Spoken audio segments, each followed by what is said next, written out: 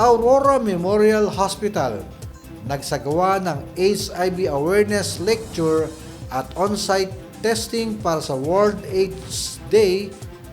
Ulat muli ni Erica Polinada.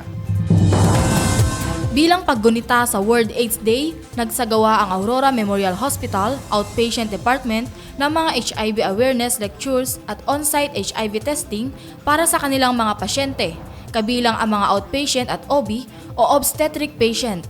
Layunin ng aktibidad na itaas ang mga kamalayan tungkol sa HIV, magbigay ng edukasyon sa mga pasyente hinggil sa mga paraan ng pagkalat ng virus at hikayatin ng maagang pagtest at paggamot. Tinalakay sa mga health lectures ang mga paksa tulad ng pag-unawa sa HIV at AIDS, mga paraan ng pagkalat, mga misconceptions at mga estratehiya sa pag-iwas tulad ng safe practices, kondom at PrEP.